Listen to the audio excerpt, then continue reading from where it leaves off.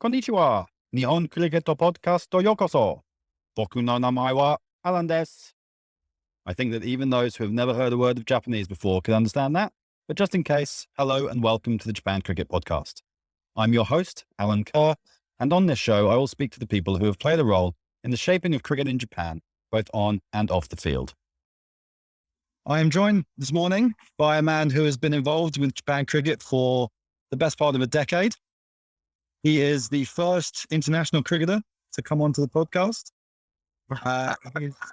He is the Fuji Guardian, and he is the definitive grumpy wombat. Jarrad Shearer, welcome onto the podcast. Cheers, Zach. How are you? Yeah, very well, thanks. I guess we should start by checking in, seeing how you're doing, seeing if you're following the Olympics. Seems to be the topical question to ask. How's things down in Fiji at the moment? Yeah, good. We had the under-9 final yesterday. Yeah, how'd that go? It was a bit of rain around. You guys managed to get through it all? Yeah, I was only there for yesterday, but it absolutely bucketed down, I think, Wednesday night or Thursday night, maybe. And it was torrential. And but amazingly, the ground was fine on Friday. It was a bit wet. The pitch was pretty wet most of the day, but the ground was in pretty good nick. Yeah, great. Well, we'll come on and talk specifically about the ground a bit later on. But to begin with, I wanted to go right back to the start and find out a little bit about your upbringing. So can you tell me where you're from originally? Originally from Perth in Western Australia. Yeah. And so what was it like growing up out there? Great. Yeah. Unlike now, no devices, no phones, no smartphones, no computers. So, spent a lot of time outside, playing a lot of sport, soccer, cricket, that sort of thing. Pretty much any sort of sport that kids play, we played it. A lot of bike riding, that sort of thing. Getting out in the sun, very sunny place. So we're outdoors a lot. Yeah, and being an Aussie, I presume cricket's very much part of the fabric out there. So can you tell us what age you were introduced to the game? Well, I'm told as soon as I can walk. I started playing as soon as I could walk. Back in the backyard, with mum and dad and sister and relatives, that sort of thing. Yeah. Yeah, right. So did you have any specific cricketing heroes growing up? Did you get down to the Wacker and places like that? Yeah, for sure. Dennis Leary, Rodney Marsh, two local boys. Yeah. Later on, I think, guys like Tom Moody as well. Yeah, again, another local boy. Are there any specific matches that you attended that really stand out that made you think, yeah, this is the game for me? No, I would say matches. I was more playing than watching, to be honest. I watched a lot when I was growing up, but I enjoyed playing a lot more. So what was the playing pathway like out there? Were you in competitions, playing competitive cricket from, I don't know, under 9s, 10s, 12s, something like that? Well, back then, there were no under 8s. I started at 8, but playing in the under 12s. And that was, when I say started playing, I mean professional, organised cricket. Hardball cricket. Yeah, hardball cricket. Yep. Pads a lot. Of course, back then there were no helmets, but, pads and all that sort of stuff. So, and playing against older kids in our club, I don't remember how many teams there were, but there would have been, under 12s, considering that there were 8 and 9-year-olds and 10-year-olds playing, probably would be 3 or 4 teams, A, B, C, D, that sort of thing. So, I started at 8 playing the older kids and played under 12s until I was old enough to play under 13s, I guess. Did you have much success at that age group? And did you think, yeah, I'm all right, I'm pretty good? Oh, I didn't know, to be honest. I was never, I don't know if you listen to the great cricketer podcast, but they call players, good players of potential. I was never one of those. I was never even marked as one of those. Fair enough. I know that feeling, mate. Don't you worry. Okay, so when did you come to Japan, and how did the whole, Japan life come about?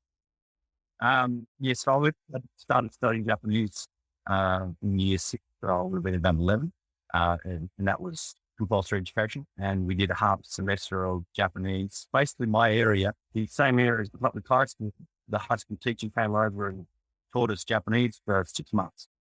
And then once, that was year 7, so graduate pharmacy and go into the local high school.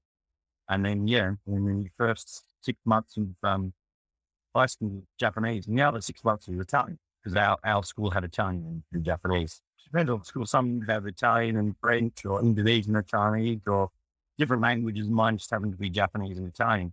Now, I didn't really enjoy Italian, but I enjoyed Japanese. In fact, I enjoyed the idea of language more than sure Japanese itself, because I was raised a lot of immigrants in my area, sort of half my friends were, various flavors of Asian, South Asian, East Asian, Southeast Asian, and you go to their houses and it'd be some version of Hindi or, whatever their local Indian language is, or Chinese or Indonesian, you name it. So I'd hear all these different languages, and my mum's best friend was married to an Italian, and all his family had come out and immigrated to Australia. So 3 or 4 generations all in the same house when you go over there drinking and eating and so forth.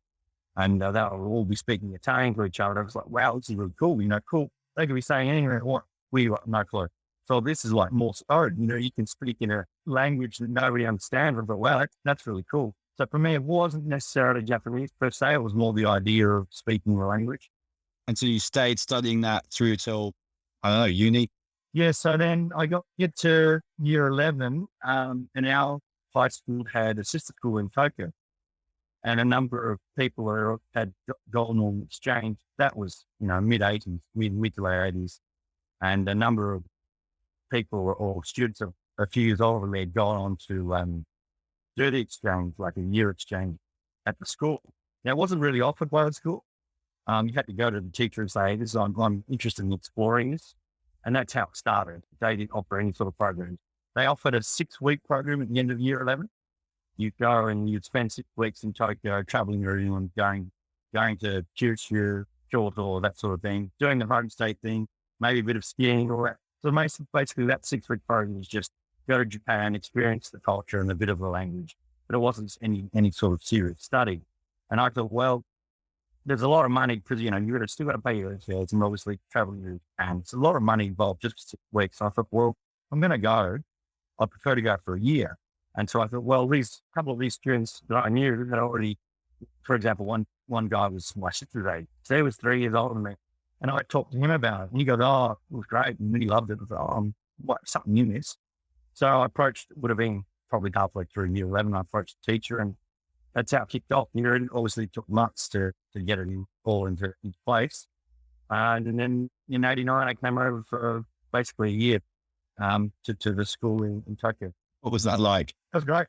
It was right into the bubble, but yeah, it was great. Of course, I'd done high school Japanese level in Australia, which is, phrases and I was never a very good student at anything. So it was basic phrases. So it was, massive learning curve, but then that's basically, I was setting plants for a year. And all I did was, and this is maths and science and Japanese and even English and all these other courses that the regular students are doing. But of course, I couldn't understand any of it. So basically, I just had my Japanese book open and all I would do was study Japanese all day for a better part of a year. And then obviously during breaks, hanging out with the students. Initially I joined the soccer club. So I played soccer in Australia, or at least I'm familiar with this. So I played soccer with them. And then later on, I played a bit of basketball, a bit of badminton, and then I really wanted to play volleyball, but I was intimidated because they were the number one school in Tokyo. They went to the All Japan volleyball tournament, which is, as you know, is a massive deal because they were the best team in Tokyo. So they were really, really good. And I didn't play volleyball before, but I had interest in it. Let's try and play. But again, because I didn't know what I was doing, these guys were just way out of my level. That they could have probably gone close to beating the Australian team. They were that good. And obviously Australian team back then was terrible. But anyway, I did play for them for 3 or 4 months in the end and had a lot of fun and, made a lot of friends and it was great. Have you still got friends now that you met from back then? Yeah, coincidentally, I ended up working with one of them many years later and I'm still in contact. Yeah. That's cool. And was that your first time out of Australia? Yes. First time on a plane out of Australia. Yep. Bit of a culture shock. Yeah, well, I mean, on my way through, I went through Singapore and stayed the night. There was no direct flights back then, so I had to go through Singapore and had friends and family in Singapore. So I stayed the night there. So technically, Singapore was my first out of country experience. But the dang knowledge of Japan and met by the teachers at the airport. And I clearly remember, like yesterday, met by the teachers. They picked me up, said hello in Japanese, spoke a little bit of English, but of course they're like, oh, this guy's here to learn Japanese. So I was speaking to Japanese. I had no clue what they're talking about. And then that was, of course, back then it was Narita, York came through Narita. So they picked me up by car, and it's a 2-hour journey into Tokyo. Closer we got to the city, the more lights, the bigger buildings, and that sort of, big city economy. Great back then, still a small city, but obviously a lot smaller back then. So, going from a tiny city, maybe 500,000 back then, maybe a million, population of 1 million back then and the tallest building probably would have been, maybe 30 stories high. Going to, Tokyo with these massive buildings and all these high rises and massive construction works because they're building a lot of the expressway construction back then. So you see the massive expressway infrastructure going up, and it's just like, whoa, this is really cool.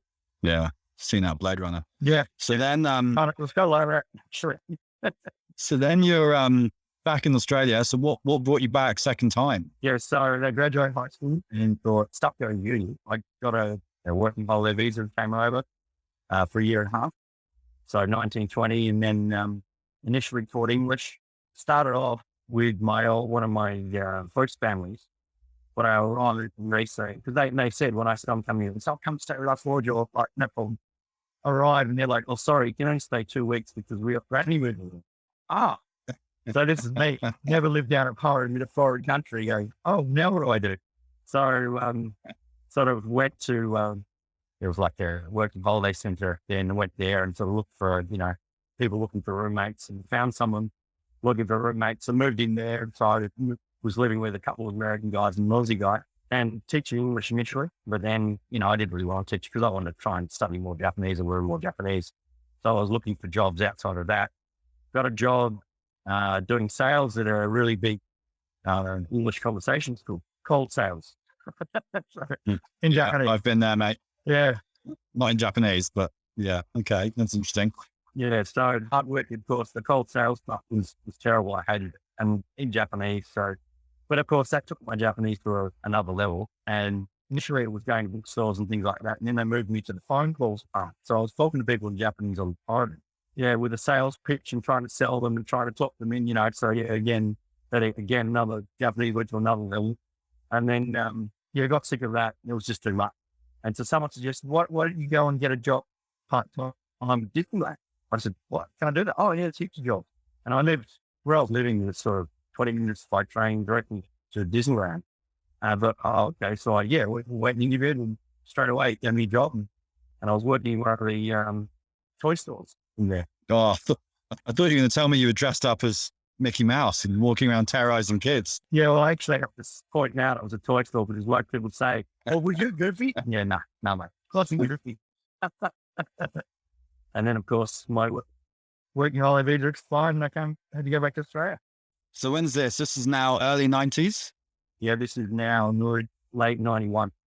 Would have been November 91. Yeah. So upon going back to Australia, you're thinking, right, I've got my Japanese pretty good now. It seems a waste to stay in Australia with it. How can I get a proper job in Japan? Is that what you're thinking? Yeah, and also then I'm like, because I'd run with all these older guys, these 2 Americans and one Aussie guy. We all had degrees, by the way. And so they were like, mate, it's time serious. And because I was actually wanting to go to a Japanese uni. I had my site set on going to Lasada, still getting a scholarship and going to Lasada. They're like, mate, don't do it. Japanese uni, waste of time. Go home, go to Aussie uni, get a proper education. We're like, oh, okay, sorry. And they said, look, you can sort of bother here in Japan, try and get visas, but to get a working visa, you've got to have, doesn't matter what you're doing, you've got to have a degree. So they're like, doesn't matter what you do, go home and get a degree. So when I left for Japan, what I wanted to study at uni was science, but by then, having met all these different people and these older guys, and I thought, oh, what I really want to do is political science. That seemed really interesting to me. So so I went back and went to uni, political science. And then halfway through uni, I want to go back to Japan again, take a couple of years off. So again, got another working holiday visa. Came over and just taught English and just went out drinking and meeting people and having a good time. There's nothing wrong with that. I mean, school of life, right? Yeah. pretty much. And yeah, there was no, when I came the second time, it was just the first time was kind of a gap year, worried to learn more Japanese. Second time was just, I know I'm going to finish university soon, but in the meantime, we'll just do some English teaching, make some money, have fun, meet people, see more of Japan, wander around, as it were, that sort of thing. And and I accomplished that pretty well, I think. So then eventually you went back and finished your degree? Yeah, so then that working holiday visa expired again. And so I went back and then finished my degree in rural service. That was done. Wouldn't be the first plane, but pretty much jumped on the first plane and came back. And that was 99. And I've been here ever since. Yeah, great. And so you're in Tokyo to begin with? Yeah, so my school was Tokyo, and then my first and second working holiday visas, mostly first time was Shearer and the second time was Shearer again, I think. And then when I came back, I was rooming with a mate in Satan. Okay. American mate I met in 96 working at Nova. And so he's like, look, I need a roommate. Well, I room with me like that. So I roomed with him at Satan.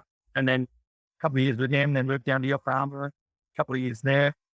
Then down to Shonan, Fuji Sub. Yeah. Down there, and a couple of years there. Met my lovely wife and got married and moved to Tokyo and was there until pretty much the earthquake, the 2011 earthquake. And after that, we're like, well, we don't have children. And of course, she's from Fuji, where we are now. And she didn't have any relatives in Tokyo, because I didn't. And we're like, well, what are we doing here? So we made a plan to move down to Fuji, and about a year and a half later, we did. At the time I was working with Semantic. Yeah, so I said to them, look, I want to move to Fuji and work remotely. And they're like, okay. So I did that, moved down here, and the wife started her own business. She was working in a company that made scientific devices. So she just made a company that's basically the same field, which she's doing to this day. Yeah, so I stayed at Semantic until they gave me the bird. About 6 months later, they decided they're going to move my role to Singapore. Apparently it was too expensive for them. But we're moving your role to Singapore to save money. I'm like, oh, okay, right. Yeah, so then I went freelance, went into translation. Okay, so then when does cricket come on the radar for you in Japan? Yeah, so I was aware of cricket way back in the day, in my earliest days, like in 89, because, I was playing cricket in Australia, obviously, playing distant cricket back then. So fairly high level, silly the sport, but I sort of obviously put a pause on it, come to Japan. So they're wouldn't that be cool? But, so many things got in the way. You 95, 96, 97, I thought, I think it was a team called Tokyo Wombats. Or it'll be cool to play with them, but it was just so many things getting in the way of playing cricket. That wasn't my priority. So 2001, with the advent of the internet, I looked up Tokyo Wombats and sort of sent them an email, and I was going to play a game with them. Well, 2001, 2002, and it was coincidentally enough going to be down in Fuji, and it never happened. It was raining or stopped. But then 2002, I was playing Aussie Rules with the Tokyo Wombats, and one day we were down Edogawa on the river there, and next to that is a cricket pitch, and there was some South Asian guys playing there, and someone went over, and because we were talking, Tokyo Wombats is all Aussie blokes, we talked, cricket, wouldn't it be cool to have a game of cricket? So other guy went over there and talked to someone. Turns out to be Shearer, who's quite well known in the Japan cricket community, Pakistani fella. And he was the one that put in the picture, I believe, down in the URL. And talked to him, and he said, look, we are a league. I'd like to play in the league. So initially, when we sort of spoke about it, we were just going to put in get a team together and have a bunch of those guys and just a few beers and nothing serious. And so when I emailed him and said, hey, would you like to have a game? And maybe we'd have a few beers, whatever, socialize, a bit of fun. He said, oh, actually, I run a competition. Would you like to join? So I said, oh, okay. So I went back to the Guyana's guys. He sent out an email saying, hey, this is the story. Who wants to form a team and play proper cricket? And that's how the Tokyo Wombats started. So we got a team together, played a game. At that time, it wasn't called the Wombats. It wasn't called anything. It was just a bunch of guys. So we played that season. So that's 2002? It's 2002, yep. And as the season went on, we formed the club and got created a name, got the name to the Tokyo Wombats. Yes, that was the first year. Then later on, 2004, was when we joined the KCL. But that means playing games in Shearer and Fuji at the time. And I think also in Gunma. I think there was the Gunma stars were around there. Basically, it meant travel, because obviously the Gallards, jump on the train, go out to the ground, play you cricket, and finish by 5, and you're in the years of KO by 6, drinking beers. And which suited us pretty well, because I mean, that's basically all we wanted to do, was have a bit of a hit and giggle and hit the pub as it were. So that was a bit of a serious commitment, having to travel. So I said to the guys, what do you want to do? And they're like, all right. So we did that. And then I thought, well, it'd be a lot more fun and a lot cheaper, charge everyone a couple of $1,000 or whatever, but hired and then drove down to Fuji or Shearer or up to Google or wherever, and then jumped in the van and, drank piss on the way back into work. And that's why, I know a lot of people know about the Wombats traditional firing and getting drunk in the back, but that's how it basically started, just to save a bit of money and have a good time on the way back. And initially guys are like, oh, it's such a long way to go. And it's a lot of money, 3,000 yen, plus of course we got to get more gear, ground fees, all the other expenses. Oh, geez, a lot of money. But then once, of course, guys had 2 or 3 band rides, everyone was hooked. They're like, oh, this is just so great, because it didn't matter what time we got to Tokyo, because we'd already had our fun back in the van, drinking, talking, socializing. So it was like, wow, this is the mobile, the portable izakayas, and and everyone just loved the van trips. And it got to the point where even when games were washed out, we're going, no, we'll hide in the van, let's just jump in it, drive somewhere, see something, have a bit of a hit and giggle, maybe go down to Fuji anyway, have a bit of time in the nets and jump back in the van and get on the piss and come home again. So Bit of a golden era, really. Yeah. What were the grounds like back then, the places you were playing? So initially there was only, because now there's 2 Fuji grounds. Back then there was only Fuji 1. And Fuji 1 had been put in by Glenn Carter back in, I want to say, the mid-90s. And it was basically the tram lines on a pitch. You see, thank you watching cricket on TV, and you see the tram lines, and anything outside the tram lines is where what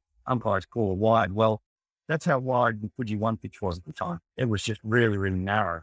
Now they widened it to be an international standard. Back then it was just very, very narrow. And then the Shearer ground was a really lovely ground, but they used what they call a flick pitch, which is basically a plastic wicket, and you sort of pull it out, you roll it out, very similar to a carpet netting on the ground, but basically designed for places where you can't put in a further wicket. And then Gunma was your stereotypical match you roll out on the field, which played all right with both the flick pitches and the mat. They play all right as long as you've got a hardened it. So of course now, the second round Fuji, which is regulation with the whole rest of it. And there were also, I think, I don't know about early on, but certainly mid-2000s, we also played a few games at YCX, which back then it was grass, and they used to roll out a mat. Now they use flicks, but I don't know when we started playing YCX, but that would have been after that, So grounds weren't of the quality they are now, put it that way.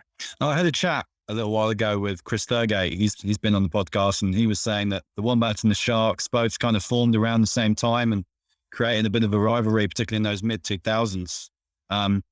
He said that the Wombats had a uncanny ability to attract some really good cricketers. And as a result, you may not have been taking it all that seriously, but you're actually still pretty decent. And even just looking at the JCL history, you guys have won it 2006, 7, 8, 9, and then we're runners up 10, 12, and 15. So that's quite a lot of silverware. So you guys must have been doing okay as well as having your fun. Yeah, I think the way we attracted talent was mostly we played not in the field, no doubt. I mean, I'm sure you've probably heard, we're pretty hard in the field, but off the field, typical Australian culture. Hey lads, we go, okay, you come and join us, and and of course we got to know Thurgate and Dougal and all the other stalwarts from the Sharks pretty well. We're all pretty good mates with those guys because playing hard on the field, but off the field, you have a beer and have a chat. And, we became pretty good mates, to be fair. But I think the reason why we attracted good cricketers because we were not taking. we played hard on the field, but we weren't telling guys, hey, come and play cricket with us. More like, hey, if you want to play cricket, and have a drink afterwards, so it was a lot of the off-field stuff. Like, look, we take it pretty seriously, but then we're really into it, so we have a beer up. And, especially with Australian cricket culture, obviously English cricket culture, good point, New Zealand cricket culture, the sort of guys we were attracted, that was their cricketing culture where you have a game and then go to the pub and have a yard and enjoy it. It wasn't just cricket. Nobody, basically, anyone in Wombats just wanted to play cricket. And I think if that's what we did, we just said play cricket and then went home with it, whereas I was cricket, what's the point? It's no fun. But because we had such a good time off the field, we're like, oh, cricket and a bit of beauty. So do you think now that culture has changed a little bit? The cricket has got a bit more serious these days in the leagues. People do want to win and it's quite intense. And obviously with the grounds being a little bit further away means that people are often running off straight after games. Has that, obviously you're older now, but the Wombats are still going. How do you think the culture of cricket has changed, and do you think it's for the better? Well, yeah, being out of cricket now, in terms of the big picture, for probably 5 or 6 years, because I don't go to Sunil anymore, or not very often, and I don't really know a lot of the other players, the other teams. Obviously, the old stalwarts I still know, but the new players I don't know. But so I can already speak to the Wombats. But I think basically, yes, the cricket culture has definitely changed, and I think it's basically because there are more South Asian players now. When I was playing, there were a mix of some Japanese, Aussies, Kiwi, Poles, the odd South African, and there's probably even a mix of everything in between. And there were Pakistani, Bangladeshi, Sri Lankan, Indian players, sure, but I think there was a lot more of a mix. Now it seems to me, I wouldn't want to put a percentage on it, but across the league, I would have thought, at least 50% South Asian players, probably more. Certainly the Wombats, like I say, are nearly done simply because we came from an Australian football team. We're all Australians. And as the time went on, we had some English players and New Zealand players. And then we started attracting Indian players, but Indian Pakistani players. But a lot of the time, they didn't want to come play with us because there was a lot of Pakistani Indian teams and they wanted to stick to their own. And we were openly like, yeah, you want to come play with us? You're most welcome. Yeah, I think the other thing was our culture, because they just want to play cricket. Whereas, again, with our socialising, we played cricket and then we went to the pub or jumped in the van or, and made fools of ourselves, but we had a good time. And we were drinking, and a lot of these guys don't drink. So that wasn't their culture. And a lot of them wanted to drive by themselves. So, of course, we had the van and we're like, oh, it works better if everyone comes in the van. Oh, we don't want to take the van. So initially, we weren't attracting a lot of South Asian players. But then, of course, as time went on, a lot of our guys got over and went home. And then less and less, especially after the earthquake, a lot of expats, not even expats, foreign Westerners living in Japan, they left, they fled, earthquake plus with the nuclear disaster. To be fair, mostly the nuclear disaster, I believe. A lot of them left, but they're still playing South Asian people players here. And then even more started to come, and then less and less Westerners started to come. And so basically the Wombats were attracting a lot more South Asian players, simply because we had to stay alive. And then the mix changed. So now I think we're at least half South Asian players. And, again, a lot of those guys that drink, whether it be for religious or fitness or any other purpose or something, that's fine.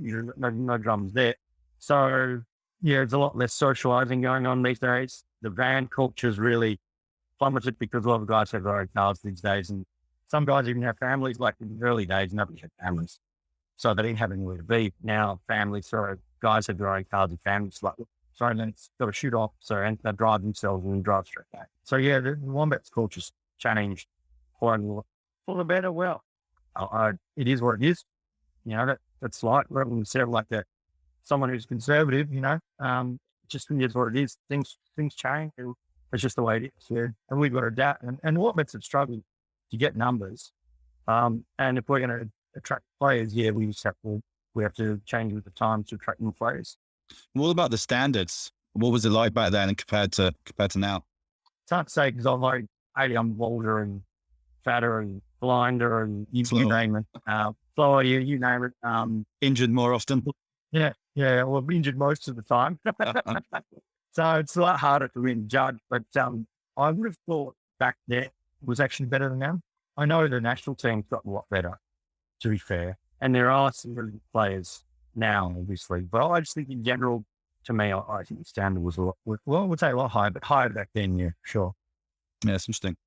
My interview with Jarrad lasted a lot longer than previous chats, so I've decided to split it into 2 parts, meaning all you lucky listeners will get a second dose of the 2 of us in the next episode. There we'll discuss what it was like to represent Japan in the old days, the sacrifices Jarrad made, and of course run through the usual end of interview questions. I hope you enjoyed listening, and if you really enjoyed listening, then I'd be forever grateful if you could rate and review the show on whatever platform you get your podcasts. It would just help others to find the show and have the added bonus of making me feel a little bit better about myself. Until next time, arigatou gozaimashita.